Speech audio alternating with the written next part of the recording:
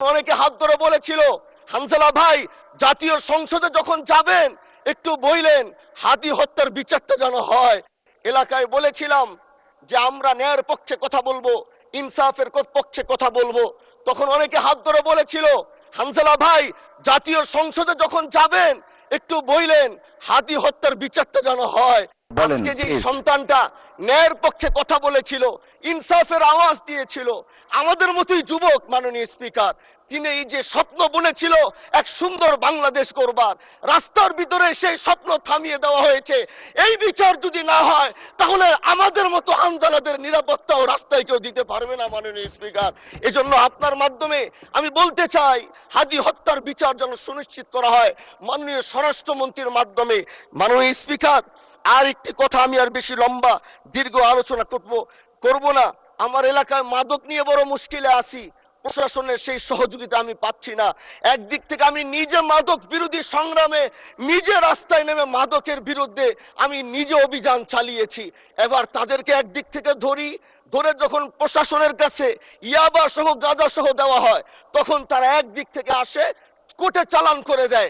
একদিক থেকে গোটা দেশ বলছে এই দেশ মাদক মুক্ত করতে হবে, আর একদিক থেকে যখন তাদেরকে আমরা কোর্টে চালান করছি, 3 দিন থেকে 4 দিনের মাথায় জামিন নিয়ে এলাকায় এসে আবার মাদক ব্যবসা করছে। এই জন্য মাননীয় আইনমন্ত্রীকে বলবো, আপনি এই ইয়াবা গাঁজা যেই বড় বড় নেশাগুলো আমাদের দেশে বেশি সচরাচর চলছে, এই বিষয়ে আইনটাকে আরেকটু মজবুত যদি করবেন, তাহলে আমরা মনে করব আমরা এই দেশ আর এই সমাজটাকে আমরা হয়তো আগামীর বাংলাদেশ, আগামীর যারা যুবক, মাননীয় স্পিকার আপনার খারাপ লাগবে, যুবকগুলো গ্রামের তারা ধ্বংস হয়ে যাচ্ছে। আমাদের চোখের সামনে যখন একজন যুবক ধ্বংস হয়ে যায়, এটা অন্যরা মেনে নিতে পারলেও আমাদের পক্ষে মানা বড় কষ্ট হয়ে যায়। আমরা দেশটাকে বাঁচাতে চাই, আমরা আগামীতে ওরকম কিছু যুবক তৈরি করতে চাই যারা নেশা ধরবে না, তারা পড়াশোনা করবে, তারা দেশের জন্য ফিকির করবে। মাননীয় স্পিকার, আমি সত্যের পক্ষে থাকবো, আমি অন্যায়ের বিরুদ্ধে সোচ্চার থাকবো, আমি গণমানুষের কণ্ঠ হয়ে করব। এই দেশের মানুষ নামাজ না পড়লেও যদি কেউ নবীকে কটূক্তি করে তার কলিজা ছিঁড়ে যায়, সে রাজপথে নেমে যায়।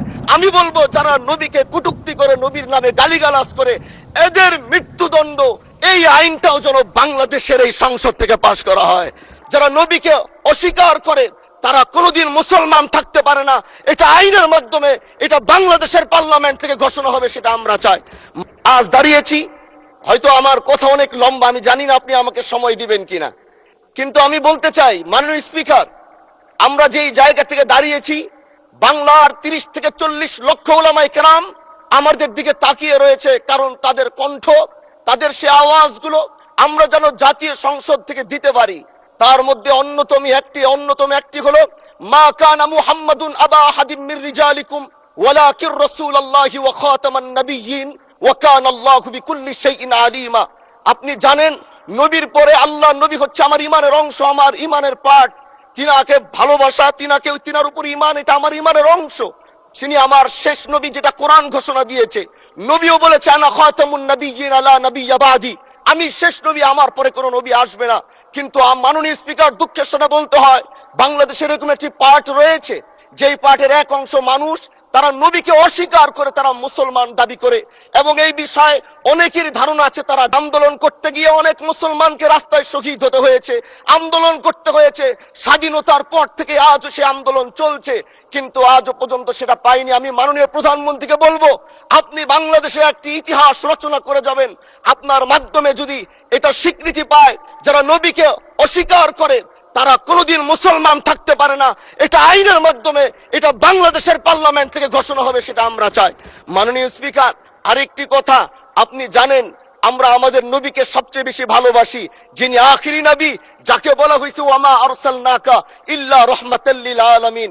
আমরা বারবার দেখছি কিছুদিন পর পর কারা যেন কিভাবে এসে আল্লাহ নবীর শানে কটূক্তি করে, নবীকে নিয়ে অশ্লীল ভাষায় গালিগালাজ করে, নবীর শানে কটূক্তি করে।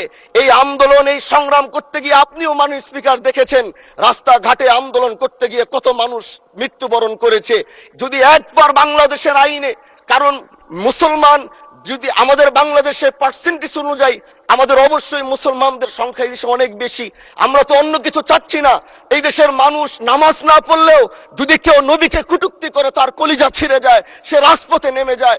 আমি বলবো যারা নবীকে কটূক্তি করে, নবীর নামে গালিগালাজ করে, এদের মৃত্যুদণ্ড, এই আইনটাও যেন বাংলাদেশের এই সংসদ থেকে পাশ করা হয়। মাননীয় স্পিকার, এই কথাগুলো বলতে গিয়ে অনেক কথা হারিয়ে যাচ্ছে। এলাকায় বলেছিলাম যে আমরা ন্যায়ের পক্ষে কথা বলবো, ইনসাফের পক্ষে কথা বলবো।